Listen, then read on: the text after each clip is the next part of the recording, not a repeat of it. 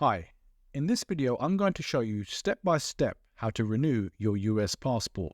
I'll walk you through the entire process, including what form to fill in, what documents to send with your application, how much to pay, and how to pay, and I'll even throw in some of my top tips throughout the video to make sure the renewal process goes as smooth as possible for you. I really hope the video helps you. Now, let's get started.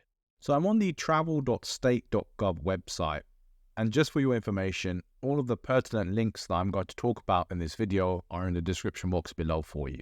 When it comes to renewing your passport by mail, if you're thinking about when the best time is to renew your current passport, please do bear in mind that most countries do require at least 6 months validity on your passport. So if you've got less than 6 months validity on your current passport, it's best to renew it.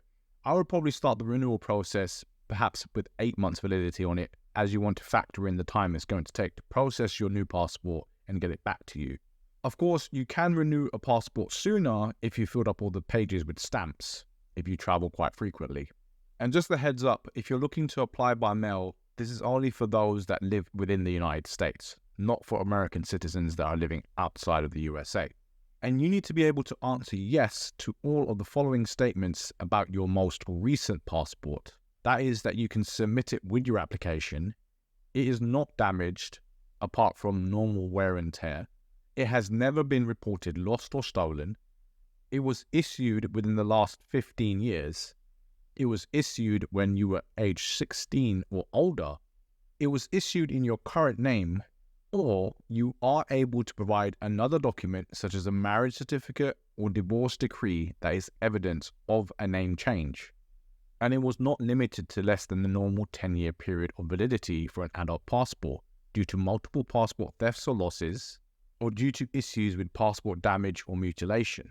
So if you can confidently answer yes to those aforementioned statements, you can renew your passport by mail. There are going to be 3 steps to the application process. You're going to fill in the form DS-82. You will gather all of your supplementary documents and have the correct amount of money. So to get our hands on the correct form DS-82, on the travel.state.gov website, we're going to go to already have a passport, and then renew my passport by mail, and then scroll down to where it says steps to renew, step 1, fill out form DS-82. We're going to click on that to expand it, and then we are given 2 options to fill out the form. There's form filler and there's also the PDF. In this instance, I'm going to click on PDF to show you the form. It opens up a PDF and it does say 6 pages, but the bulk of this application is just instructions. And all you have to complete is about a page and a half worth of information. So scrolling down to page 5 is where the application begins. And I just want to draw your attention to certain things that will be helpful to you. First of all, if you're going to print this application and fill it in by pen, make sure you use black ink only. And if you make an error, complete a new form. Do not correct it. Do not use things like white out or any other type of solution. Here at the top it says select document or documents for which you are applying. You have here the US passport book, the US passport card, or both. And the difference between the two is that the US passport book can be used for international air travel. The US passport card cannot be used for international air travel. But it may be worthwhile going ahead and applying for a US passport card if you want an additional form of identification. And then below that, in terms of the passport book, you have 2 options. The regular book, aka the standard book, or the large book, aka non-standard. There is no price difference here. Rather, the large book is for frequent international travelers who need more visa pages. So for example, if you travel a lot for business purposes, it might be better to go for the large book to save you having to renew your passport sooner. So here, the application questions are fairly straightforward. I would always recommend having your current passport open in front of you and just verbatim copying and pasting the information in from the bio page in the passport onto the form here. Here at section 11, it says name change information. You should complete this if your name is different than your last US passport or passport card. And then you have a couple of boxes you can tick to show how your name changed, either by marriage or by court order. And be advised that you will have to submit a certified copy of one of those documents as proof. After that, it's fairly straightforward, making sure to sign where indicated and making sure you don't complete any sections where it says for issuing office only. And please make sure when you do print the form, they are on 2 separate pages. Don't print the form double-sided. And both page 5 and 6 of the application should be submitted together. Heading back to the travel.state.gov website, I want you to scroll down from section 1 to section 6, Mail Completed Application. Here it says mail your completed application, including your most recent passport, name change document if applicable, photo, and fees to one of the addresses below. Where you send the application depends on where you live and how quickly you want us to process your passport. If you live in the United States, you must use the United States Postal Service to mail your renewal application and supporting documents. So here we're presented with 3 addresses to send your application or documents. So for those that want routine service and live in either California, Florida, Illinois, Minnesota, New York, or Texas, you'll be mailing it to the Irving, Texas address. If you want routine service and live in any other state or in Canada, you'll be sending it to the Philadelphia, Pennsylvania address.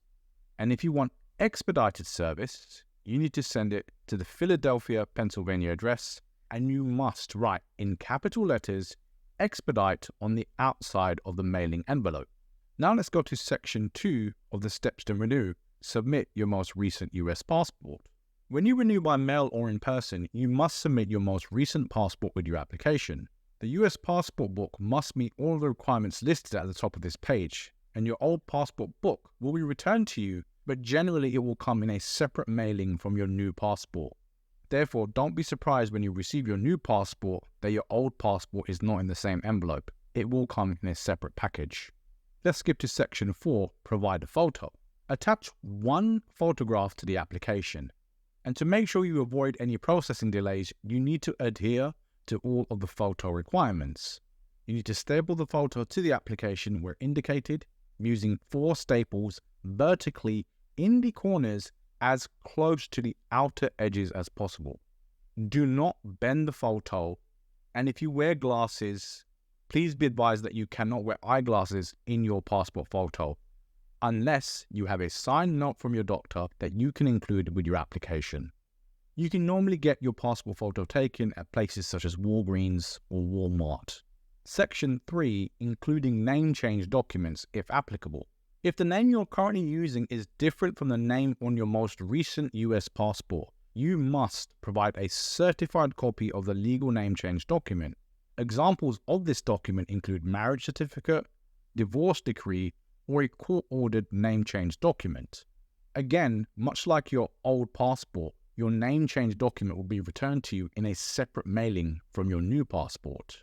And if you don't have any of these documents, you will have to apply in person. You cannot apply by mail. So how long does the process take for renewing your passport? Let's click on the tab at the top next to already have a passport called Get My Passport Fast. By clicking on it and then scrolling down, on the right it says currently at the time of recording, processing times are, for the routine process, 10 to 13 weeks, and that does not include mailing times. And for expedited, it's 7 to 9 weeks. And be advised that processing times only include the time your application is at one of the passport agencies or centers. The total time to get your passport includes both processing and mailing times. And it may take up to 2 weeks for applications to arrive by mail at a passport agency or center, and up to 2 weeks for you to receive a completed passport in the mail after it's printed. And you should consider the total time it will take to receive your passport when you are booking travel. This page is extremely helpful and can outline the different times depending on when you need to travel. And there are options for emergencies, urgent travel, expedited, and routine. So it's well worth perusing this page. Once again, I'll put a direct link to this page in the description box below for you. So what's going to be the cost for this passport renewal? Heading back to the Renew by Mail page and scrolling down to section 5, Calculate Fees. And by clicking on Expand, we can see that the fees can be paid by either a personal check or a money order. When filling in either your check or money order, make sure you print your name and date of birth on the front of it, and it will be payable to the US Department of State. Again, at the time of this recording, the passport book is $130. A passport card is $30, and if you opt for both, it's $160. These are the prices for routine service. expedited service costs an additional $60 on top. And whatever you do, do not send cash. And at this moment in time, there is no method to pay online for passport services. Let's click on passport fees to get further information. Once we get to passport fees, we're going to click on fee calculator. This is going to make sure that you pay the exact amount for the passport service that you're looking for. Here you can fill in some information about yourself to give you a bespoke answer about the fees for your application. So here I'll just put in some random information and we'll be able to show you what it can generate for us. So where do you currently reside? We'll go for United States. What is your date of birth? I'll just pick a random date. And have you ever had a US passport? Because this video is about the renewal of a US passport, I'm going to go ahead and click on yes. Do you still have the passport in your possession? We'll click on yes. And is the passport damaged or mutilated? We'll click no. Are you replacing a limited validity passport? If you're not sure what a limited validity passport is, we can hover over the I where it says a limited validity passport describes any passport issued with less than full 10-year validity for those 16 years and older and less than 5-year validity for those under age 16. For this scenario, I'm going to click on no. What is the issuance date of your passport? So the fictitious date for the issuance of this passport is, and then do you require any changes or corrections to what is currently printed on your passport? In this one, I just want a very standard renewal, no change from what's on my current passport and what I want on my new passport. So I'm going to click on no and then hit next. And then here it asks, what products am I applying for? I'm just going to apply for a passport booklet only in this instance. So I'll click on book.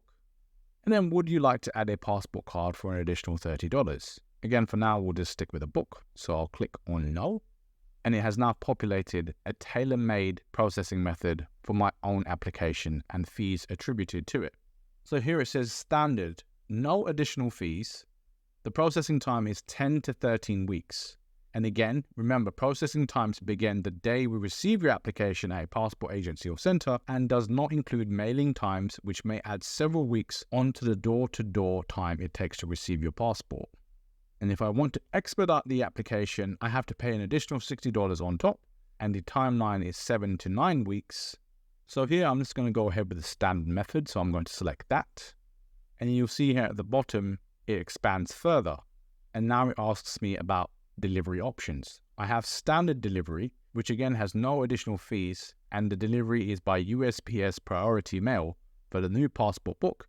And documents may be returned by first class mail. So that's the additional documents if you have any others to provide, as well as your current passport. Or I can opt for the 1 to 2 day delivery, which costs an additional $19.53, and the delivery costs for the new passport book. Once again, the supporting documents are going to be returned by first class mail. So again, I'm going to go ahead and just opt for standard delivery and then click on calculate. And very helpfully, everything is itemized. So once again, the passport book is $130. I'm just opting for standard processing and standard delivery, so there is no additional charge for either processing or delivery. The total payable to Department of State is $130.